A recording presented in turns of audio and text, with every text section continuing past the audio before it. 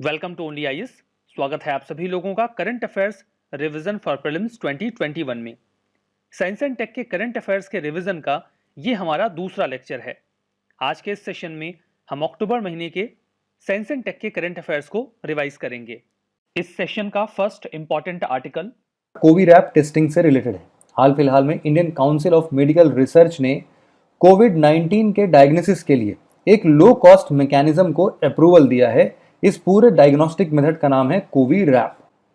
कोविरैप एक cuboid shaped portable testing device है। आप यहाँ पर देखिए, ये मैडम के पास ये ग्रीन कलर का जो डब्बा दिख रहा है, ये कोविरैप टेस्टिंग किट है। यहाँ पर होता क्या है कि मान लो हमारे पास जो भी सैंपल है, सबसे पहले तो आप ये समझिए कि ये जो कोविरैप टेस्टिंग है ये आईआईटी खड़गपुर ने बनाया है। अब जो भी हमारे पास सैंपल कलेक्ट करते हैं ना हम, उसमें हम लोग एक सॉल्यूशन मिलाते हैं जो कि इसी आईआईटी टीम ने डेवलप किया है। उसके बाद इसमें हम लोग isothermal nucleic acid amplification method लगाते हैं। इसका मतलब कुछ है नहीं खास। आइसोथर्मल से आप ये समझिए कि इसका टेम्परेचर बढ़ा दिया जाएगा और ये जो सैंपल कलेक्ट हुआ है इसके अंदर के न्यूक्लिक एसिड को हम थोड़ा सा एक्सपैंड करके देखना चाहते हैं, जिससे कि जो भी हम टेस्ट कंडक्ट करें वो आसानी से हो जाए। इससे क्या होगा कि जब एक बार सॉल्यूशन पूरा गर्म हो गया, उसके ऊपर हम लोग जैसे पेपर स्ट्रिप जैसी कुछ चीज़ें होती हैं, उससे उसको डिप करते हैं और देखते हैं कि क्या रिजल्ट है। नॉर्मली जैसे प्रेगनेंसी किट में जो स्ट्रिप्स आती हैं उसको हम लोग देखते हैं, एक लाइन बन गई, दो लाइन बन गई, उससे प्रेगनेंसी टेस्ट होता है। सिमिलर फॉर्म है इसी तरीके से कोविरैप टेस्टिंग किट का भी। तो ये कलर्ड लाइंस जब आती हैं ये बताती हैं कि हाँ भाई आपको कोविड-19 हो चुका है। तो इसीलिए वायरस है या नहीं है इस तरीके से समझा जा सकता है। ये काफ़ी सस्ता है सबसे पहली बात तो। जैसे कंपेयर करें आरटीपीसीआर वगैरह का, तो ये सब बहुत महंगे डिवाइसेस हैं। इनको ऑपरेट करने के लिए भी आपको कुछ एक पर्टिकुलर स्किल सेट होना चाहिए। बट ये कोविरैप टेस्टिंग वगैरह के लिए ऐसा कुछ भी ज़रूरत नहीं है, बहुत चीप है। और बोला जा रहा है बल्क प्रोडक्शन करेंगे तो 500 रुपये में ये किट मिलने लगेगी। तो कोई भी लेके इसको यूज़ कर सकता है यूजुअली। देखते हैं अगला आर्टिकल, जो कि अर्थ ऑब्जर्वेशन सैटेलाइट EOS-01 के बारे में है, जिसे इसरो ने लॉन्च किया है या लॉन्च करने का प्लान बन रहा है। अभी लॉन्च नहीं किया है, 7 नवंबर को लॉन्च होने वाला है।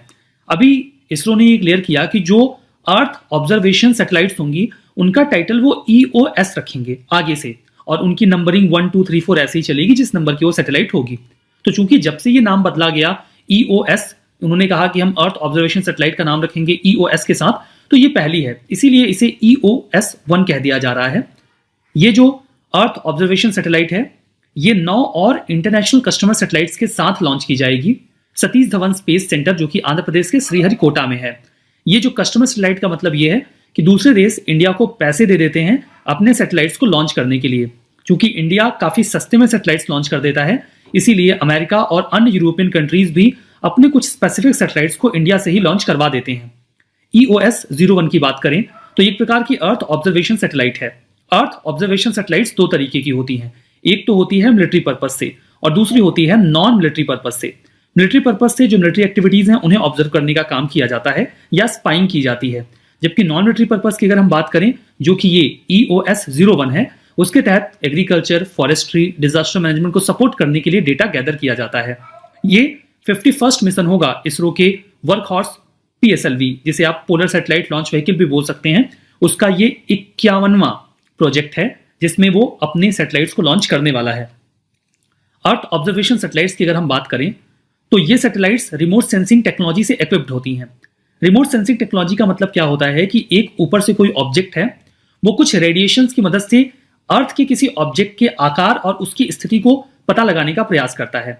अब अर्थ ऑब्जर्वेशन 2 तरीके से होता है। एक तो होता है एक्टिव ऑब्जर्वेशन और दूसरा होता है पैसिव ऑब्जर्वेशन। हम रिमोट सेंसिंग की बात कर रहे हैं।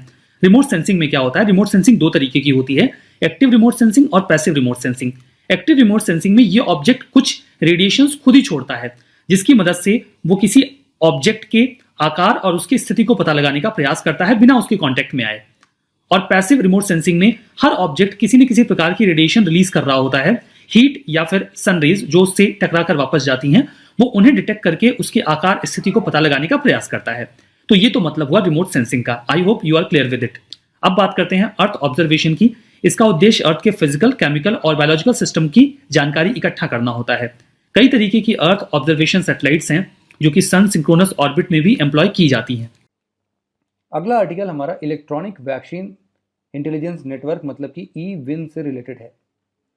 बेसिकली ये जो ई विन नेटवर्क की बात हम कर रहे हैं वो कोविड-19 वैक्सीन के प्रॉपर डिलीवरी के लिए बहुत हेल्पफुल है।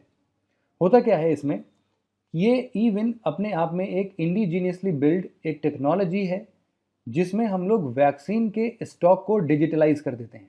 इसका मतलब ये है कि स्टॉक कितना है, कितने टेम्परेचर पर इसको रखा गया है, कोल्ड चेन का टेम्परेचर भी मेंटेन किया जा सकता है इस स्मार्टफोन एप्लीकेशन की मदद से। स्टॉक में कितना है, कहाँ कहाँ पर डिस्ट्रीब्यूट करना है, कितना टाइम लगेगा, इन सब चीज़ों को हम डिजिटाइज कर देते हैं। इसका ऑब्जेक्टिव यही है कि हम लोग अपने कंट्री के अंदर जो इम्यूनाइजेशन प्रोग्राम्स होते हैं, इम्यूनाइजेशन चेन सिस्टम्स होते हैं, उनको थोड़ा मजबूती दें और थोड़ा स्पीड अप कर सकें। यहाँ पर नेशनल हेल्थ मिशन के अंदर में इसको इम्प्लीमेंट किया जाता है ministry of health and family welfare के द्वारा, और साथ दे रहे हैं इनका यूनाइटेड नेशन डेवलपमेंट प्रोग्राम। इसके बेनिफिट्स में बहुत सारी चीज़ें हैं, जैसे कि एक तो हमारे इंफ्रास्ट्रक्चर की बात करें तो वहाँ पर एक बिग डेटा कलेक्ट हो रहा है कि वैक्सीन कितनी है हमारे पास, कब कितनी ज़रूरत पड़ सकती है, कंजम्पशन लेवल कितना हो सकता है और इसके लिए हमें कितना तेज़ी से प्रोडक्शन बढ़ा देना चाहिए, घटा देना चाहिए, वो सारी चीज़ें होंगी। स्टॉक्स में कितना हमारे पास स्टॉक है, डिमांड कितनी होने जा रही है, वैक्सीन की अवेलेबिलिटी कहाँ पर है, कहाँ पर नहीं है, ये सारी चीज़ें। साथ ही साथ इसके आने से ये समझा जा रहा है कि लगभग इंडिया के जितने भी हेल्थ सेंटर हैं उसमें 99% तक सभी समय पर अगर वैक्सीन अवेलेबिलिटी को हम इंश्योर करा पाएँ तो वो काफ़ी सही होगा। साथ ही साथ ये भी इस बात की पुष्टि करते हैं कि जो ऐसे स्टॉक होते हैं जो ख़त्म हो जा रहे हैं और दोबारा उनको वापस से रीफिल करने का जो समय लगता है वो समय भी अब काफ़ी कम हो जाएगा, लगभग आधा हो जाएगा। अगला आर्टिकल हमारा graphene mask inactivates corona viruses से रिलेटेड है। हाल फिलहाल में हांगकांग के एक सिटी यूनिवर्सिटी ने रिसर्च में ये पाया है कि एक ग्राफीन मास्क उन्होंने बनाया, लेज़र इंड्यूस्ड फॉर्म है इस ग्राफीन मास्क का। उनका ये कहना है कि इस मास्क से कोरोना वायरस की जो स्पीशीज़ हैं वो इनएक्टिवेट हो जाती हैं। है क्या ये? देखो, जितने भी कार्बन कंटेनिंग कंपाउंड्स या मटेरियल्स होते हैं जैसे कि पेपर हो गया, उन सब में सेल्यूलोज, पेपर कुछ भी है, उन सब में ग्राफीन में तब्दील होने की क्षमता होती है। अपने आप में ये ग्रीन टेक्निक बता रहे हैं कि इससे कुछ भी प्रॉब्लम नहीं होगी, रीयूजेबल है, बहुत कम कॉस्ट में बन जाएगा। ग्राफीन की बात करते हैं तो ये ग्राफीन एक सिंगल लेयर, मतलब कार्बन एटम का सिंगल लेयर होगा ऐसे ऐसे। आपको पता है कार्बन की 4 वैलेंसी होती है, तो पूरा एक मेश बना दो कार्बन का, ठीक है। तो ऐसे डब्बे डब्बे बना के हर कॉर्नर पर कार्बन कार्बन प्लेस कर दो, उसका एक सिंगल लेयर तैयार करो, वही है ग्राफीन। ग्रेफाइट का बिल्डिंग ब्लॉक है ये, स्ट्रॉन्गेस्ट नोन मटेरियल है अभी तक का ये ग्राफीन। दूसरी प्रॉपर्टीज़ की बात करें, थर्मल स्टेबिलिटी बहुत ही बढ़िया है, इलास्टिसिटी बहुत अच्छा है, इलेक्ट्रिकल कंडक्टिविटी भी बहुत बढ़िया है, इसीलिए एक मल्टी फंक्शनल प्रोडक्ट है ये। यूजेस, बहुत सारी यूजेस हैं, एप्लीकेशन तो अथाह हैं इसमें। इलेक्ट्रॉनिक्स में यूज़ करना है वहाँ करो, बायोमेडिकल डिवाइसेस में यूज़ करना है वहाँ करो, कंप्यूटर्स में, सोलर पैनल्स में, हर जगह यूज़ होता है। क्या आप ये जानते हैं कि डायमंड, ग्रेफाइट, फुलरीन्स ये सारे प्योर कार्बन के ही इंपॉर्टेंट एलोट्रोप्स हैं। एलोट्रॉपी जो होती है ना, वो एक ऐसा प्रॉपर्टी है जिसमें कोई भी केमिकल एलिमेंट अपने ही फिजिकल स्टेट में रह के दो से ज़्यादा डिफरेंट फॉर्म्स में भी रह सकता है, एग्जिस्ट कर सकता है। ग्राफीन की एंटीबैक्टीरियल प्रॉपर्टीज़ भी है, ये भी आप याद रखना। अगला आर्टिकल हमारा मार्स अपोजिशन से रिलेटेड है। मार्स अपोजिशन एक प्रकार का एस्ट्रोनॉमिकल इफेक्ट है, मतलब कि यहाँ पर अपोजिशन इफेक्ट होता है। इसके अंदर क्या होता है कि एक बीच में कोई सेलेस्टियल बॉडी है और इसके दोनों तरफ कोई दो अलग से सेलेस्टियल बॉडी ऑपोजिट डायरेक्शन में आ जाते हैं और ये तीनों आपस में एक स्ट्रेट लाइन पर रहते हैं। मार्स अपोजिशन को आप इस तरीके से समझ सकते हो, जैसे कि इस वीडियो में आप देखो, हमेशा मार्स का और अर्थ का जो ऑर्बिट है ये धीरे धीरे एक सिमिलर डायरेक्शन में जाता है और एक ऐसा पॉइंट आता है जब ये तीनों के तीनों एक सिंगल स्ट्रेट लाइन में आते हैं। यहाँ पर जो इफेक्ट, ऑपोजिशन इफेक्ट की हम बात कर रहे हैं, इसका मतलब ये है कि बीच में अर्थ है और एक तरफ सन है और दूसरी तरफ मार्स है, ये दोनों एक दूसरे के ऑपोजिट हैं और ये तीनों स्ट्रेट लाइन में हैं। ये है हमारा ऑपोजिशन इफेक्ट। यूजुअली अर्थ के साथ ऐसा ऑपोजिशन इफेक्ट हमेशा सुपीरियर प्लैनेट के साथ देखा जा सकता है। सुपीरियर प्लैनेट वो प्लैनेट्स होते हैं जो कि अर्थ के ऑर्बिट से बाहर ऑर्बिट का चक्कर मतलब सन का चक्कर लगाते हैं। यहाँ पर तभी ऑपोजिशन आएगा ही, वरना अगर अर्थ के अंदर वाले प्लैनेट हैं और यहाँ पर अर्थ है और इधर सन है तो ये कभी भी ऑपोजिशन में आएंगे ही नहीं। इस इफेक्ट को हम लोग हर 26 मंथ के बाद ऑब्जर्व कर सकते हैं, जब बड़ा सा सन, उससे छोटा अर्थ और इससे थोड़ा सा बड़ा मार्स, ये तीनों एक स्ट्रेट लाइन में रहें और यहाँ इस फेवर में ऑपोजिट हैं।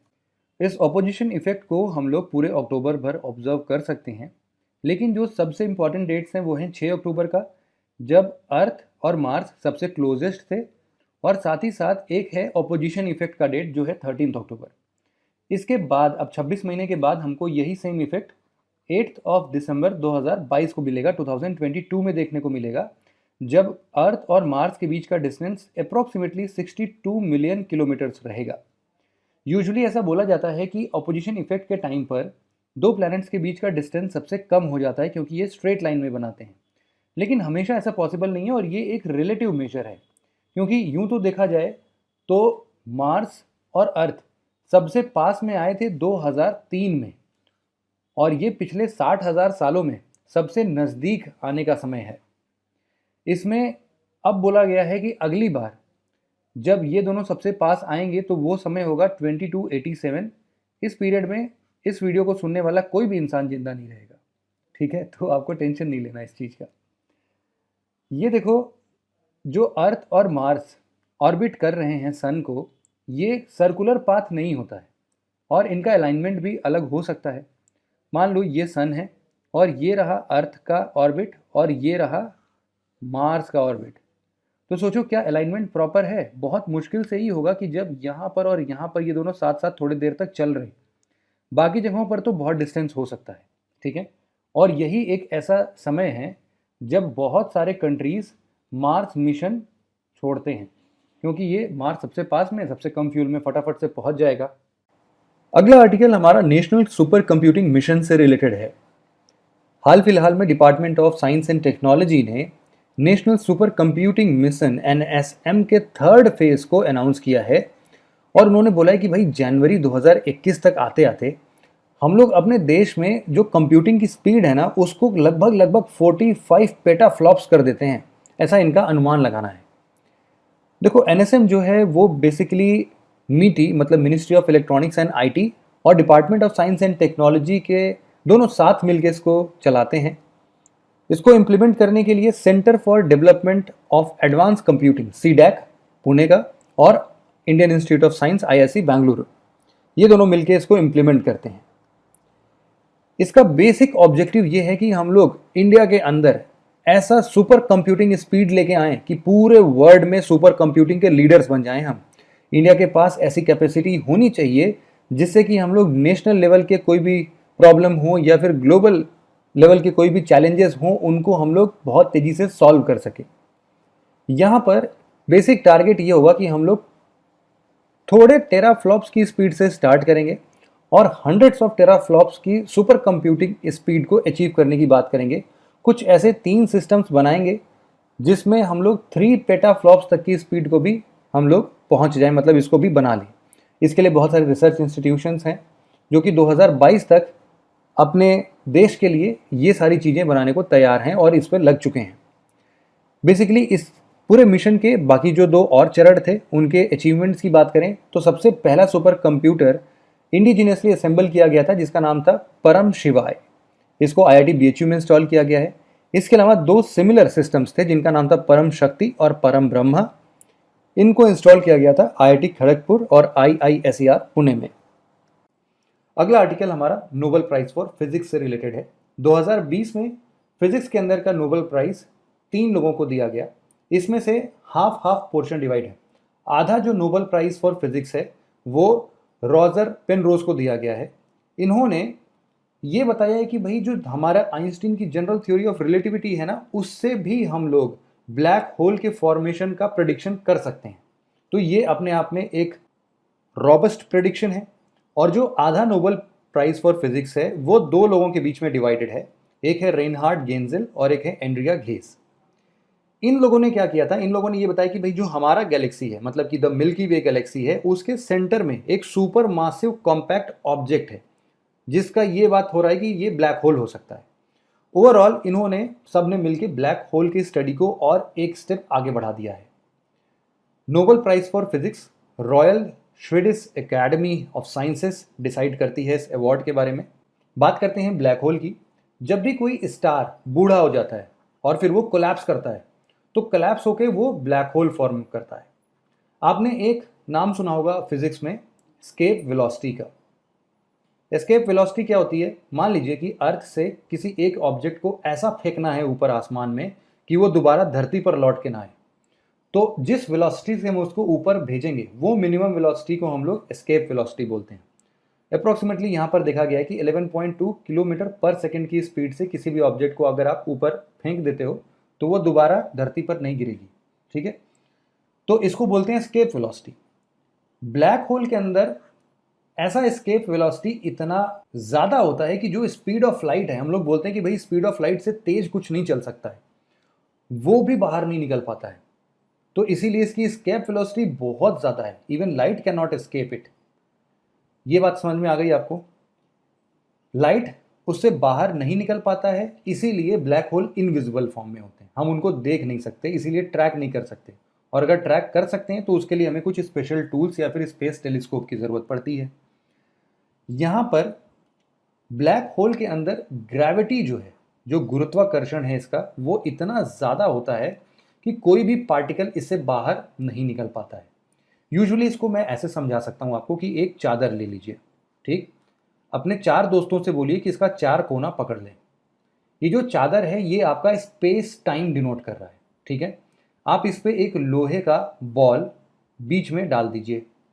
ये क्या होगा, चादर स्वैग कर जाएगा ना, झुक जाएगा अंदर की तरफ। और सोचो कि ये जो झुकाव है अंदर की तरफ, जो ये गड्ढा बन रहा है, वो उसकी लेंथ इनफाइनाइट हो जाए, तो इसके अंदर कुछ भी चीज़ जाएगा तो क्या बाहर निकल पाएगा? समझ लो ऐसा ही कुछ कॉन्सेप्ट है ब्लैक होल का। तो ब्लैक होल इतना ज़्यादा मासिव है, जिसका ग्रेविटेशनल फोर्स इतना ज़्यादा है कि वो स्पेस टाइम चादर को इतना ज़्यादा डिस्टॉर्ट करता है कि वो इनफाइनाइट लेंथ तक नीचे खिंच जाता है। अब इसके अंदर जो भी जाता है ना, वो बाहर निकल नहीं पाता है। आप ब्लैक होल को ऐसे कुछ इमेजिन कर सकते हो। ब्लैक होल्स के लिए जो ऑब्जर्वेशन है पेनरोज का, वो मैंने आपको बता दिया कि जनरल थ्योरी ऑफ रिलेटिविटी के बेसिस पर कैसे हम लोग ब्लैक होल के फॉर्मेशन को प्रिडिक्ट कर सकते हैं।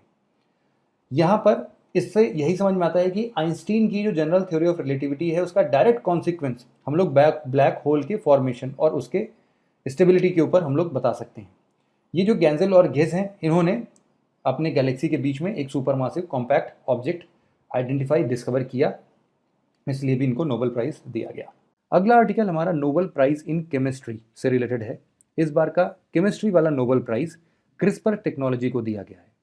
इसके लिए फ्रेंच और अमेरिका के डुओ, मतलब कि इमैनुअल कारपेंटियर और जेनिफर दोदना, ये 2 लोग हैं जिनको 2020 Nobel prize for the chemistry दिया गया है क्रिस्पर टेक्नोलॉजी के लिए। क्रिस्पर टेक्नोलॉजी होता क्या है, एक बार इसके बारे में समझते हैं। क्रिस्पर का फुल फॉर्म है clustered regularly interspaced short palindromic repeats. 2012 में इसको डेवलप किया गया था। ये एक प्रकार का जीन एडिटिंग टेक्नोलॉजी है। जीन एडिटिंग टेक्नोलॉजी आज के टाइम पर बहुत सारे बीमारियों का इलाज संभव बनाता है।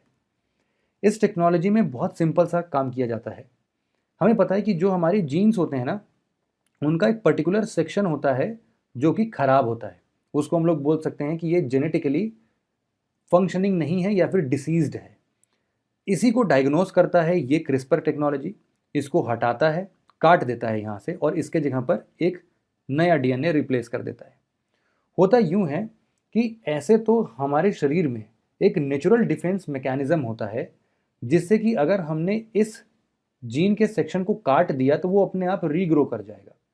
लेकिन कभी कभी ऐसा भी हो सकता है कि जिस खराब जीन को हमने काटा है, रीग्रो होने के बाद फिर से वही खराब जीन बन जाए। इस चीज़ को रोकते हुए क्रिस्पर टेक्नोलॉजी के अंदर में एक नया जीन इंट्रोड्यूस करने की बात होती है। तो इसीलिए वो जो फॉल्टी जीन है वो निकल गया और जो हमारा सही वाला जीन है वो आ गया, बीमारी का इलाज हो गया। अब यहाँ पर जो क्रिस्पर टेक्नोलॉजी है, ये एक प्रकार का प्रोग्रामिंग जैसा है, जो कि डीएनए स्ट्रैंड में एक पर्टिकुलर प्रॉब्लमेटिक सीक्वेंस है कौन सा, उसको टारगेट करता है। यहाँ पर क्रिस्पर के साथ Cas9 आप हमेशा सुनते होंगे, क्रिस्पर Cas9 टेक्नोलॉजी। ये जो Cas9 है ना, ये एक प्रकार का स्पेशल प्रोटीन है। इसका काम एक जेनेटिक सीजर जैसा है।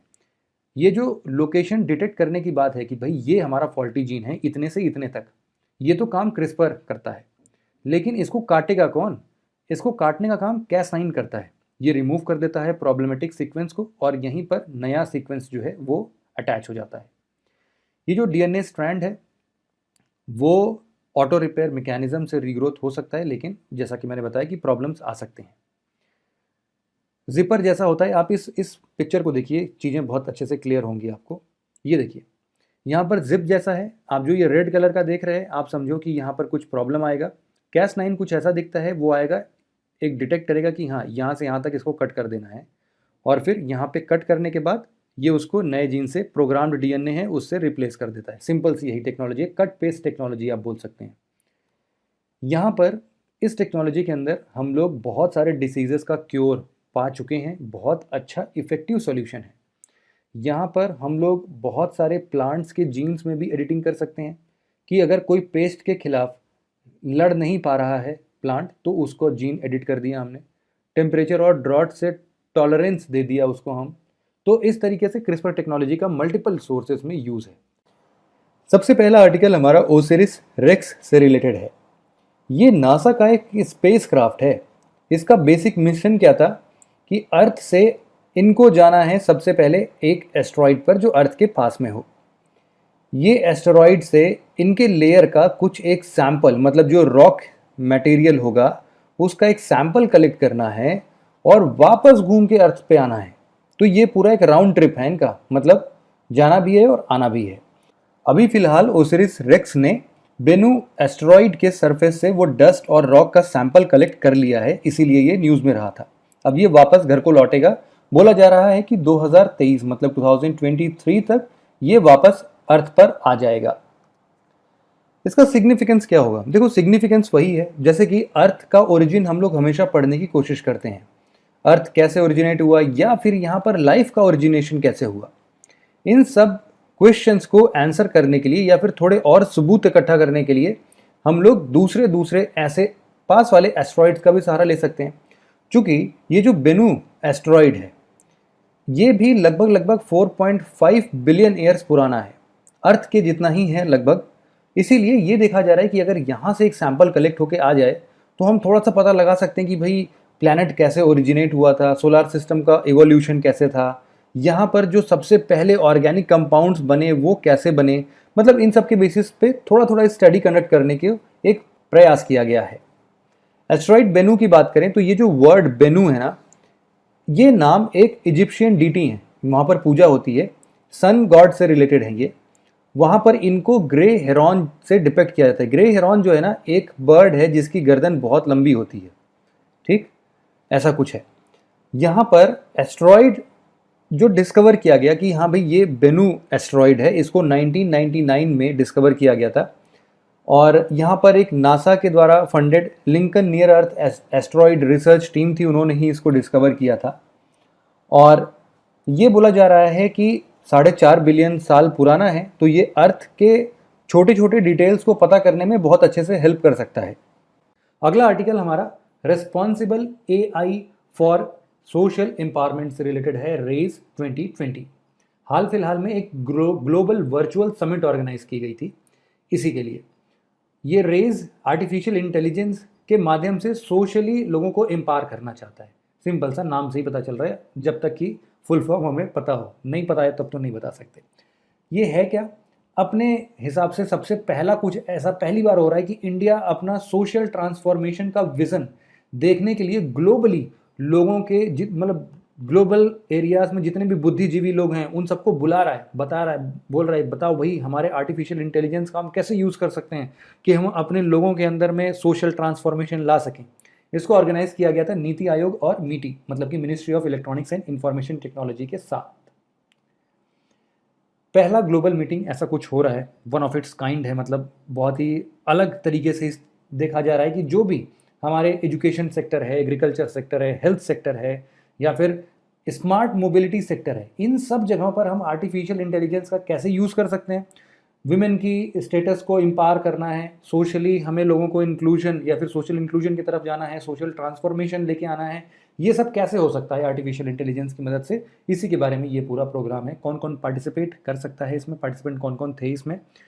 बहुत पढ़े लिखे लोग, एकेडमीशिया, गवर्नमेंट के रिप्रेजेंटेटिव्स, बहुत अच्छे की ओपिनियन मेकर्स जो होते हैं, या फिर पूरे विश्व के जो भी इंडस्ट्रियल लीडर्स होते हैं, वो सब इसमें पार्टिसिपेट कर रहे हैं। सिग्निफिकेंस क्या है? देखो, इंडिया में किसी ने बताया कि भाई अगर आप अपने आर्टिफिशियल इंटेलिजेंस को मजबूत कर लोगे तो आप अपनी इकोनॉमी में 2035 मतलब 2035 तक आते आते 957 बिलियन यूएस डॉलर्स ऐड कर सकते हो। तो ये बहुत बड़ा रकम है। तो बस लालच बुरी बला है, नहीं बुरी बला नहीं है भाई, यहाँ पर आर्टिफिशियल इंटेलिजेंस बहुत सही चीज़ है। ठीक है, अगला आर्टिकल हमारा रूम टेम्परेचर सुपर कंडक्टिविटी से रिलेटेड है।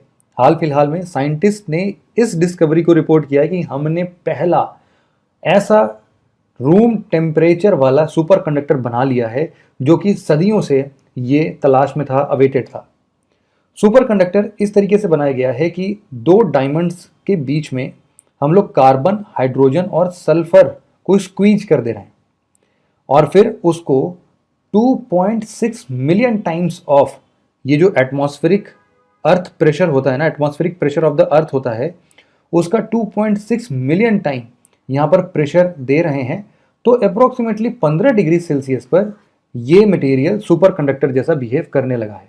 लेकिन यहाँ पर जिस हिसाब से शुरुआत में आपको लगा होगा कि अरे सुपर कंडक्टर आ गया, लेकिन ऐसा है नहीं, ये भी फिजिबल नहीं है। हालांकि इन्होंने टेम्परेचर तो रूम टेम्परेचर वाला मेंटेन कर दिया है, बट प्रेशर इतना ज़्यादा कहाँ से लेके आएंगे, फिर भी तो फिजिबल नहीं हुआ ना। तो चलो, लेकिन एक बात तो समझ में आई, पहले तो टेम्परेचर और प्रेशर दोनों लगाया जाता था, अब टेम्परेचर से थोड़ी मुक्ति मिल गई है। आगे चलते हुए हम हो सकता है कि इस प्रेशर को भी हटा सकें और हम लोग सुपर कंडक्टिविटी को अचीव कर सकें। देखो, सबसे पहले आप ये समझो, सुपर कंडक्टर्स जो होते हैं ना, वो बिल्कुल रेसिस्टेंस इंडक्ट नहीं करते हैं, मतलब कि उनके अंदर रेसिस्टेंस होता ही नहीं है। अगर हम उन सुपर कंडक्टर मटेरियल से इलेक्ट्रिसिटी एक छोर से दूसरे छोर तक भेजते हैं तो उनमें कोई लॉस ही नहीं है, एनर्जी का कोई लॉस नहीं है। इसका सिग्निफिकेंस यही है कि हम लोग अगर कहीं जाके इस टेम्परेचर पर बिना किसी इतने बड़े लेवल के प्रेशर पर सुपर कंडक्टर अगर हम बना लेते हैं तो आगे चल के इसके बहुत सारे प्रैक्टिकल यूजेस हो सकते हैं। बात किसी भी चीज़ की हो, जैसे कि बात हो एनर्जी को सेव करने की, हम एमआरआई मशीन की बात कर लें या फिर मैग्नेटिकली लेविटेटेड ट्रेन्स की बात कर लें, कुछ भी हो, यहाँ पर सुपर कंडक्टिविटी बहुत ज़्यादा यूज़ में आने जा रही है। साथ ही साथ जो हम इलेक्ट्रिक ग्रिड के अंदर इतने सारे ट्रांसमिशन लॉसेस देखते हैं, ये सब बिल्कुल खत्म हो जाएंगे। सुपर कंडक्टिविटी को सबसे पहले 1911 में डिस्कवर किया गया था, जब इसको पाया गया कि हम -273.15 डिग्री सेल्सियस पर अगर हम जाते हैं तो हम इस सुपर कंडक्टिविटी को अचीव कर सकते हैं।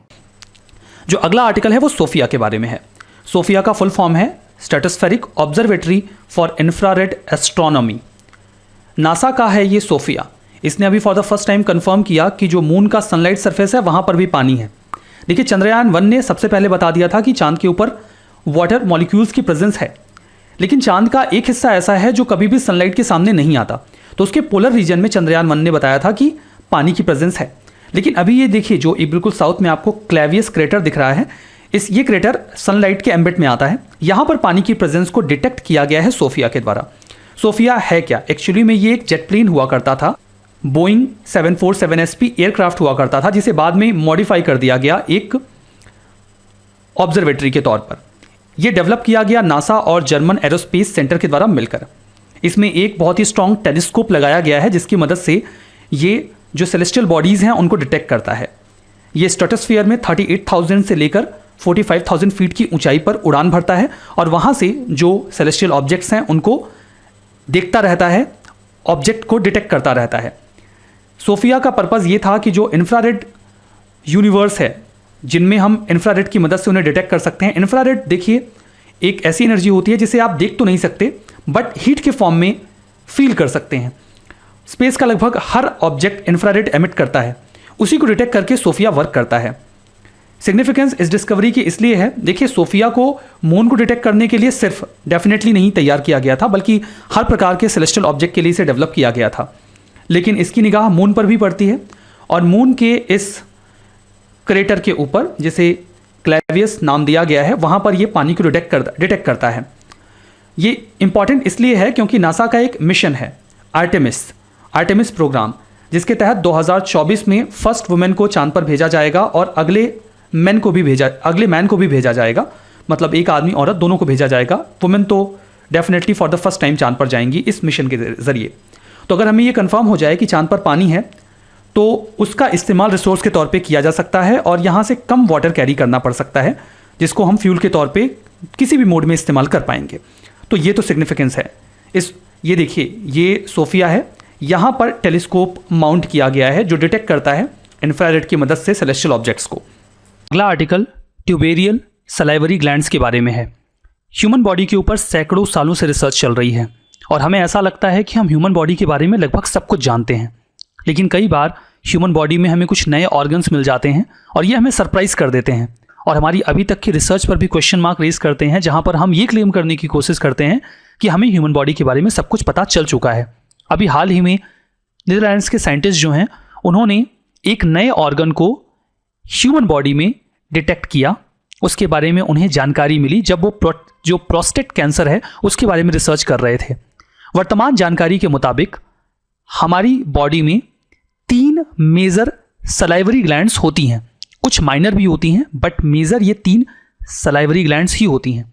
लेकिन हाल की रिसर्च में ये पता चला कि एक और सलाइवरी ग्लैंड है जिसके बारे में हमें अभी तक जानकारी नहीं थी और उसकी जो लेंथ है वो भी लगभग 4 सेंटीमीटर की है, यानी कि 3.9 सेंटीमीटर की। ये सरप्राइजिंग है कि अभी तक हम इसके बारे में जानकारी नहीं रखते थे। ये जो सलाइवरी ग्लैंड है ये थ्रोट के अपर पार्ट में हमारी नाक के पीछे के हिस्से में पाया गया है। यहाँ पर आप देख सकते हैं ये जो हिस्सा है यहाँ पर ये ट्यूबेरियल सलाइवरी ग्लैंड डिटेक्ट किया गया। ये 1.5 यहाँ पर देखिए जो एग्जैक्ट है सेंटीमीटर में 3.9 सेंटीमीटर इसकी लेंथ बताई गई है। रिसर्चर्स के मुताबिक हमारी नाक और मुंह के पीछे जो अपर थ्रोट के अपर जो पार्ट होता है वहाँ पर ल्यूब्रिकेशन और जो मॉइस्चर है वो इसी सलाइवरी ग्लैंड की मदद से अवेलेबल होता है या फिर मिलता है। डिस्कवरी देखिए काफ़ी पोटेंशियल है और गुड न्यूज़ है कैंसर पेशेंट्स के लिए। प्रॉब्लम क्या होती थी कि जब किसी को हेड या नेक कैंसर होता था तो वहाँ पर जो रेडिएशन दिया जाता है उसे सही करने के लिए उसमें चूंकि हमें इस सलाइवरी ग्लैंड के बारे में जानकारी नहीं थी तो हम इस पर ध्यान नहीं देते थे, इग्नोर कर देते थे। अब अगर रेडिएशन इस सलाइवरी ग्लैंड के ऊपर पड़ता था तो कई तरीके की प्रॉब्लम इससे हो सकती है, बिकॉज जो सलाइवरी ग्लैंड्स होती हैं उनके कई तरीके के रोल होते हैं। वो हमारे मुंह को मॉइस्चर प्रोवाइड करते हैं, खाने को चबाने और निगलने में आसानी होती है, ये हमें बोलने में मदद करते हैं, खाने को पचाने में इनसे मदद मिलती है। ये जो कुछ डैमेज टिश्यूज़ होते हैं उन्हें भी रिपेयर करने की काबिलियत रखते हैं।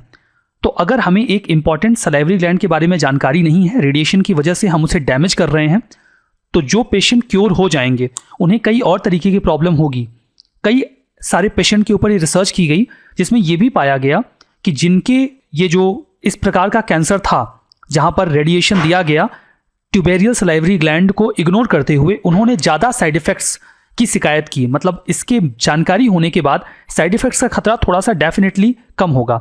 अभी तक जो 3 सलाइवरी ग्लैंड्स हमारी जानकारी में थे, एक तो टंग के नीचे पाया जाता है, दूसरा जबड़े के नीचे पाया जाता है और तीसरा हमारे गालों के पीछे होता है। अब ये एक चौथा और नया सलाइवरी ग्लैंड हमें पता चल चुका है। तो ये पूरा आर्टिकल हमने यहाँ पर डिस्कस किया। Next article, data empowerment and protection architecture. Recently NITI Aayog ने कुछ सजेशंस दिए हैं और कमेंट्स भी दिया है data empowerment and protection architecture को लेकर। ये एक ड्राफ्ट है जो प्रिपेयर किया जा रहा है, इनफैक्ट प्रिपेयर हो भी गया है। ये डाटा एम्पावरमेंट से रिलेटेड है और किस तरह से हम डाटा को प्रोटेक्ट करें वो आर्किटेक्चर समझाया गया है। वो आर्किटेक्चर कुछ इस तरह से होगा, मैं इसको एक्सप्लेन करूंगा बाद में। More on news along with NITI Aayog के साथ साथ ये पॉलिसी में इन्वॉल्व होंगे 4 रेगुलेटर्स। ये रेगुलेटर्स बैंकिंग, सिक्योरिटीज, इंश्योरेंस और पेंशन से रिलेटेड होंगे। ये सारे के सारे मिलकर ये मॉडल को इम्प्लीमेंट करने की कोशिश करेंगे। अगर मैं सिक्योरिटीज की बात करता हूं तो आपको मिलेगा सेबी यहाँ पे।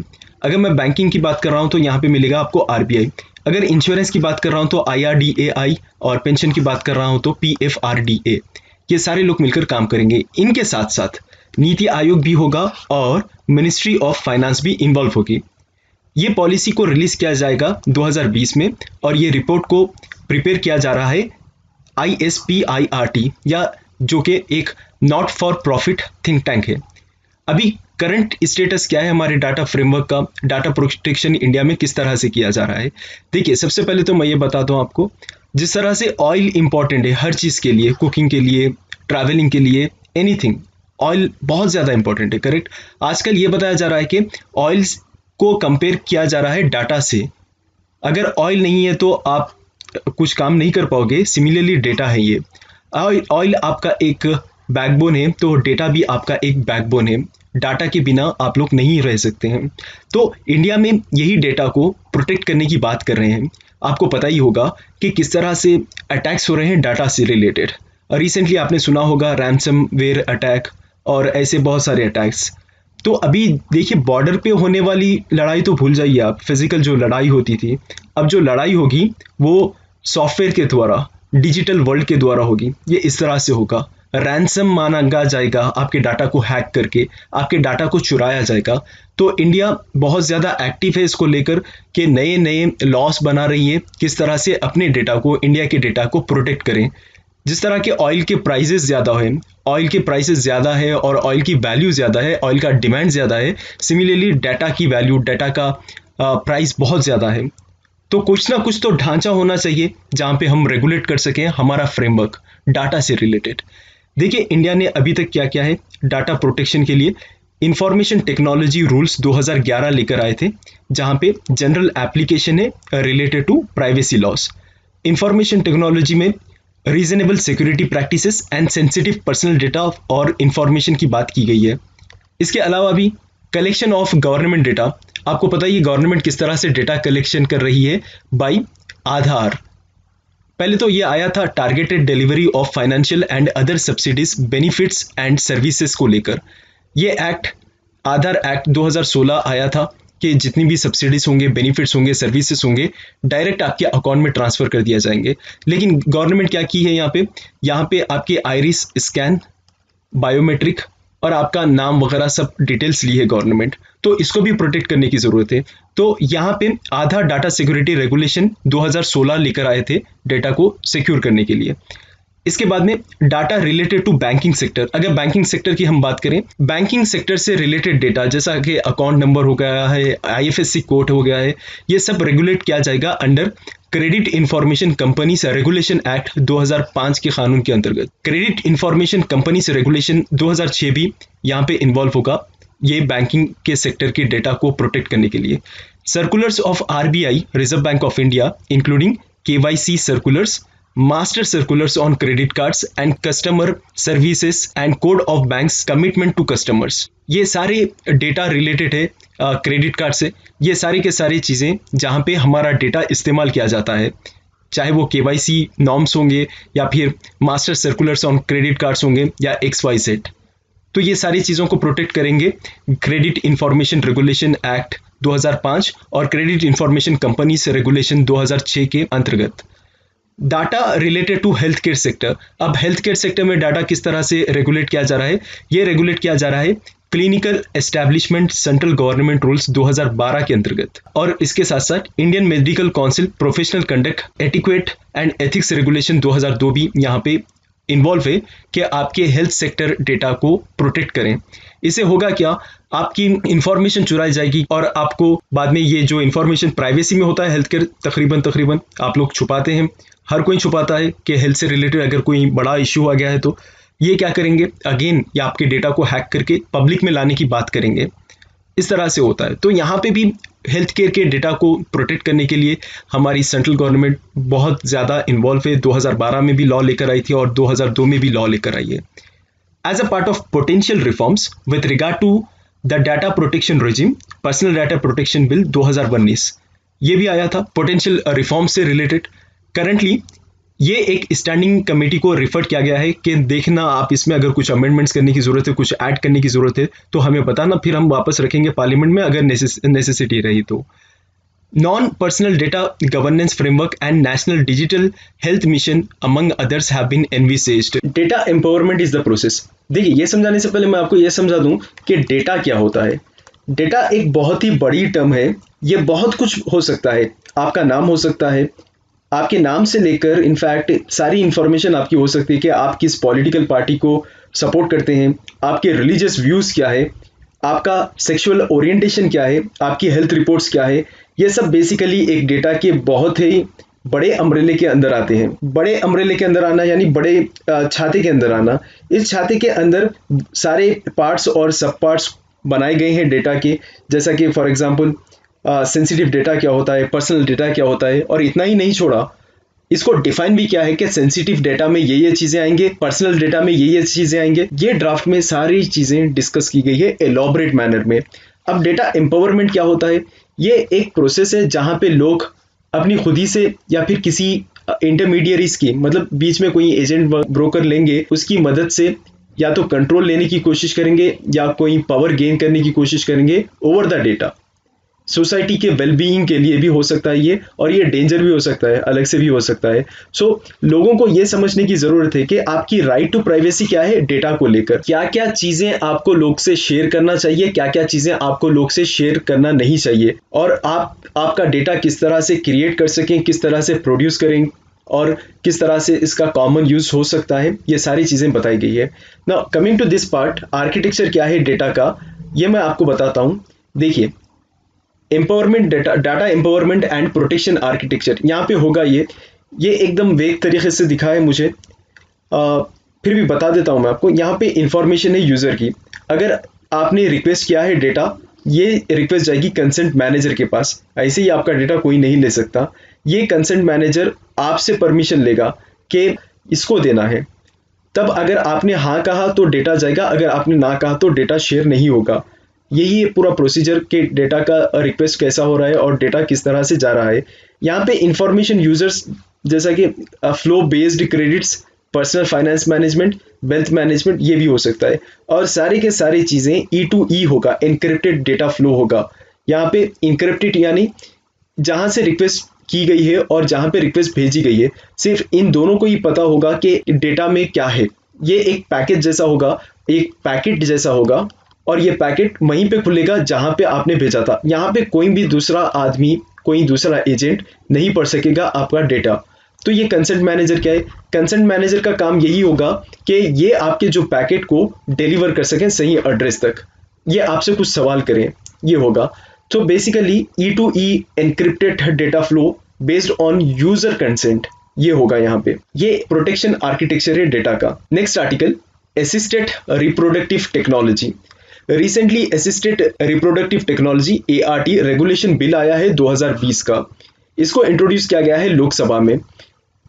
न्यूज़ में इसके अलावा क्या है, ये देखिए बिल के ऑब्जेक्टिव्स क्या है, ये बताया गया है कि standardize protocols of the growing fertility industry and to provide for the regulation of ART services in the country, कि किस तरह से स्टैंडर्डाइज प्रोटोकॉल्स रेगुलेट करना है फर्टिलिटी इंडस्ट्री से रिलेटेड, और किस तरह से रेगुलेशन प्रोवाइड करना है ART सर्विसेज को कंट्री में, इंडिया में। ये एक थर्ड प्रपोज बिल है जो प्रोटेक्ट करेगा reproductive rights of women after the surrogacy. Surrogacy क्या होगा? सरोगेसी वो सिचुएशन है जहां पे आप गोद किराए पे लेते हो, यानी आप वूम जो है वो किराए पे लेते हो किसी दूसरी महिला की। ये सरोगेसी रेगुलेशन बिल है। सरोगेसी रेगुलेशन बिल 2019 में, और बाद में medical termination of pregnancy amendment bill 2020 में ये बताया गया है कि किस तरह से रिप्रोडक्टिव राइट्स जो वुमेन के होते हैं उसको प्रोटेक्ट किया जा सके। ART assisted reproductive technology bill ये डिफाइन कर रहा है ART को कि ये सारे के सारे टेक्निक्स इंक्लूड हो गए यहाँ पे जो प्रेगनेंसी को प्रोक्यूर करने में लगते हैं, जैसा कि बाय हैंडलिंग द स्पर्म और ओवोसाइट। ओवोसाइट यानी इमेच्योर एग सेल, कि किस तरह से आप स्पर्म को और ओवोसाइट को हैंडल करेंगे आउटसाइड द ह्यूमन बॉडी, और किस तरह से ये गैमेट को या फिर एम्ब्रियो को reproductive system of a woman में ट्रांसफर करेंगे। Example of ART services include gamete, sperm और oocyte donation, in vitro fertilisation, आपने सुना होगा IVF के बारे में, इसको कहते हैं इन विट्रो फर्टिलाइजेशन, मैंने शायद इन विट्रो कह दिया था, in vitro fertilization, fertilizing an egg in the lab and gestational surrogacy. So basically आपको पता ही होगा कि IVF प्रोसेस क्या है। मैं इतने डिटेल में नहीं जाऊंगा, लेकिन एक चीज बता दूं मैं आपको, यहाँ पे दो चीजें इन्वॉल्व होगी, एग होगा और स्पर्म होगा। ये दोनों चीजों को एक टेस्ट ट्यूब में डालकर वुमेन की वोम में इंसर्ट कर दिया जाएगा। वही कह रहे हैं यहाँ पे handling of the sperm and ओवोसाइट, और इंसर्ट करने के बाद 9 मंथ्स तक वेट करेंगे। 9 मंथ्स के बाद में बेबी डिलीवर होगा। ठीक है, तो ये सारे के सारे बिल में डिफाइन किए गए हैं अच्छी तरह से। ART services will be provided through ART clinics. अब देखिए ये ART सर्विसेज कहाँ पे, हर हॉस्पिटल्स में अवेलेबल होंगे, लेकिन ART क्लिनिक्स में इसके लिए स्पेशल होंगे। शायद ये हॉस्पिटल में भी इंटीग्रेटेड हो सकते हैं, ये ऑफर करेंगे ART related treatments and procedures बताएंगे। एआरटी के बैंक्स भी होंगे जो स्टोर करेंगे गैमेट्स सप्लाई करने के लिए। Regulation of ART clinics and banks, जो भी एआरटी क्लिनिक होंगे या एआरटी बैंक्स होंगे, इनको कंपलसरी रजिस्टर करना होगा national registry of banks and clinics of India के अंतर्गत। कंडीशंस जो होंगे गैमेट डोनेशंस के और सप्लाई के, offering ART services have also been subscribed. या तो गेमेट के डोनेशन की बात कर लें आप, या तो गेमेट के सप्लाई की बात करें, और एआरटी सर्विसेज किस तरह से ऑफर करें इसकी भी बात करें। बिल में डिटेल में डिस्कस किया गया है। आपको डायरेक्टली क्वेश्चन आ सकता है एआरटी के बारे में लिखें, तो ये सारे पॉइंट्स इंपॉर्टेंट है। अब यहाँ पे देखिए, rights of a child born through ART, वो लड़का या लड़की जो पैदा होगा एआरटी टेक्निक्स की मदद से, इसके राइट्स क्या होंगे। जो चाइल्ड बॉर्न होगा through ART will be deem to be a biological child. इसको ऐसा नहीं कि ये खुद की औलाद नहीं है, ऐसा नहीं समझना क्योंकि आपने वूम रेंट पे ली थी। ये वही पेरेंट्स की औलाद होगी जिसका स्पर्म और एग यूज किया गया है। और सरोगेसी माँ जो होती है, सरोगेसी मदर जो होती है, इससे इसका कुछ ताल्लुक नहीं होगा। और ये चाइल्ड को सभी के सभी राइट्स मिलेंगे, प्रिविलेजेस मिलेंगे, एक जो नेचुरल चाइल्ड को मिलती है। और जो डोनर होगा इसका पेरेंटल राइट नहीं होगा। अब देखिए इनका रेगुलेशन क्या किया जाएगा। इसलिए बिल में ये भी बात की गई नेशनल और स्टेट बोर्ड्स बनाए जाएंगे। नेशनल और स्टेट बोर्ड्स सरोगेसी के लिए बनाए जाएंगे अंडर द बिल। यहाँ पे बिल में लिखा हुआ था जो रेगुलेट करेंगे एआरटी सर्विसेज। स्टेट बोर्ड्स क्या करेंगे, कोऑर्डिनेट करेंगे for the enforcement of the policies and guidelines for ART as per recommendations, policies and regulations of the national board. अब आइए ऑफेंसेस और पेनाल्टी की बात कर लें। बिल में यह भी डिस्कस किया गया है वेरियस ऑफेंसेस क्या होंगे अगर अबैंडनिंग कर रहे हैं या एक्सप्लॉइट कर रहे हैं वो लड़का या लड़की जो बॉर्न हुआ है थ्रू एआरटी। बाद में ऐसा हो सकता है हस्बैंड या वाइफ में से दोनों कोई अग्री ना हो कि ये हमारा बच्चा नहीं है, हम अपनाएंगे नहीं, तो इसको ऑफेंस माना जाएगा। ऑलरेडी इनको कंसेंट देना होगा। कंसेंट देने के बाद भी बाद में ऐसा मन में आ गया कि ये हमारा बच्चा नहीं है, हम इसको अबैंडन करते हैं, हम इसको एक्सप्लॉइट करेंगे, ऐसा नहीं चलेगा। आप ना तो बेच सकते हैं ना खरीद सकते हैं, ट्रेडिंग अलाउ नहीं है यहाँ पे, ये भी ऑफेंस माना जाएगा। इंपोर्टिंग ह्यूमन एम्ब्रियोस और गेमेट्स, और इसके अलावा भी using intermediates to obtain donors, exploiting commissioning couple a woman और the gamete donor in any form and transferring the human embryo into a male और एन एनिमल, ये सारी चीजों को ऑफेंस माना जाएगा। टाइप्स ऑफ एआरटीज के अलग अलग टाइप है। इनमें से एक है इन विट्रो फर्टिलाइजेशन जो पॉपुलरली आईवीएफ के नाम से मशहूर है। ये एक कॉमन एआरटी है जो यूज किया जाता है मैक्सिमम पेशेंट्स के द्वारा। इसमें होगा ये वुमेन का एग और मैन का स्पर्म कंबाइन किया जाएगा लेबोरेटरी में। बाद में ये फर्टिलाइज्ड एग को क्या करेंगे, inside the women's uterus place कर दिया जाएगा। इसको कहते हैं एम्ब्रियो ट्रांसफर। सेकेंड और एक टेक्निक है एआरटी की, गेमेट इंट्राफैलोपियन ट्रांसफर। यहाँ पे होगा ये मैन का स्पर्म लिया जाएगा और वुमेन का एग लिया जाएगा और दोनों को एक लैब में कंबाइन किया जाएगा। यहाँ तक सेम है दोनों में, आईवीएफ में और जीआईएफटी में। देन इसके बाद होगा ये एग को इम्प्लांट किया जाएगा फैलोपियन ट्यूब में and the fertilization occurs inside a women's body. यहाँ पे दूसरे वुमेन के पास जाने की जरूरत नहीं है, डायरेक्टली ये कंबाइन करके लैब में वुमेन की फैलोपियन ट्यूब में इम्प्लांट कर सकते हैं।